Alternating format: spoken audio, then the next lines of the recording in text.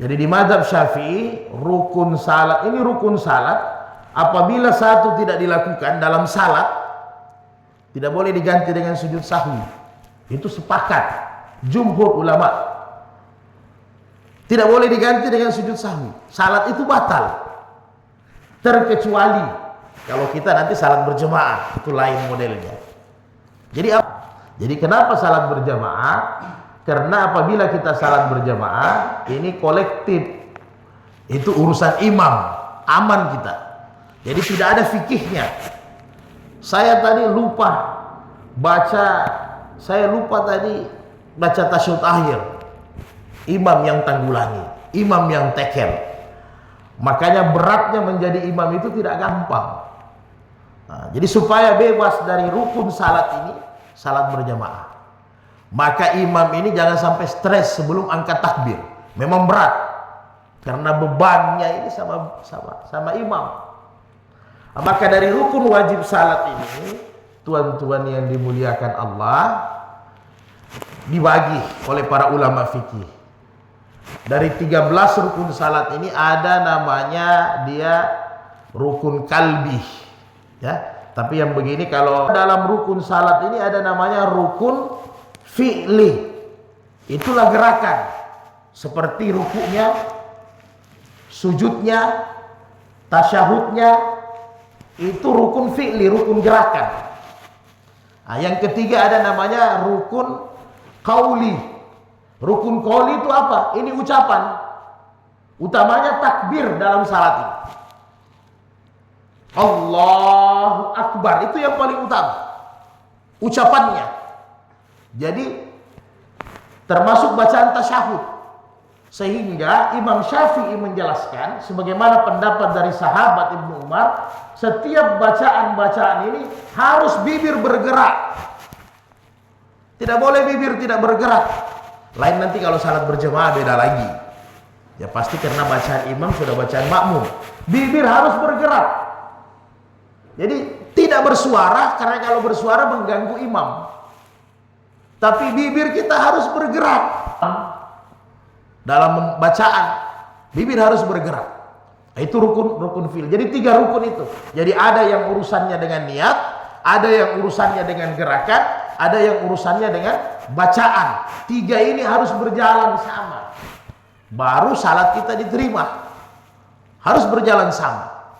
Nah, maka yang pertama, nanti kita sambung kapan-kapan lagi, yang berhubungan dengan hati. Ini yang berhubungan dengan hati, yang disebut dengan rukun kalbi, hanya satu saja, yaitu niat. Hanya satu saja, niat. Maka urusan niat dalam salat secara fikih, ya,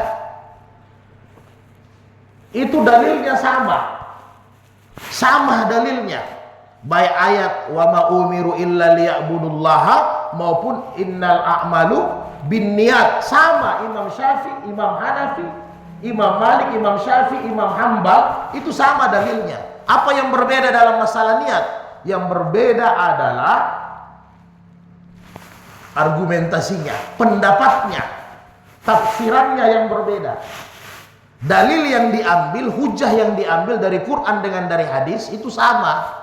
Tapi yang berbeda itu adalah tafsirnya, pandangannya. Masalah niat, menurut Imam Abu Hanifah, kalau kita bahas secara kontemporernya, kalau dulu kan onta atau kuda, kalau sekarang sayyara, kan, jawal atau daraja. Kita ambil kita punya motor atau langkah kaki kita, buka pintu rumah, kata Imam Abu Hanifah, buka pintu rumah, kemudian kita keluar, maka itulah niat salat kita.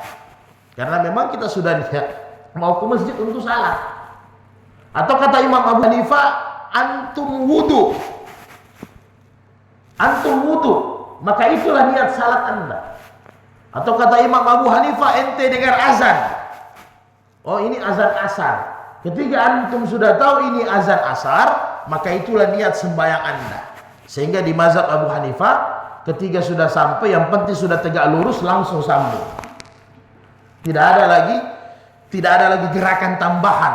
dengan ucapan tambahan sampai berdiri angkat takbir. Selesai. Itu urusan niat. Kemudian di mazhab Imam Malik. Di mazhab Imam Malik yang disebut dengan innamal a'malu binniyat dalam utamanya dalam kitab fikihnya Al-Muwattah itu ketika kita berdiri tegak. Jadi ada jeda waktu. Berdiri tegak, berdiri lurus itu memperbaharui niat, takwiyah, menguatkan. Menurut Imam Malik. Jadi berdiri dulu tapi tidak dengan lafaz. Karena menurut Imam Malik yang disebut dengan niat bila lafzin, tidak ada lagi lafaz. Jadi berdiri saja tegak. Lain tadi kalau Abu Hanifah sudah dari rumah, sudah itu niat. Di kendaraan, sudah itu niat. Tapi di masa Imam Malik berdiri tegak dulu, konsentrasi, angkat takbir, itulah niat. Kemudian di mazhab Imam Syafi'i,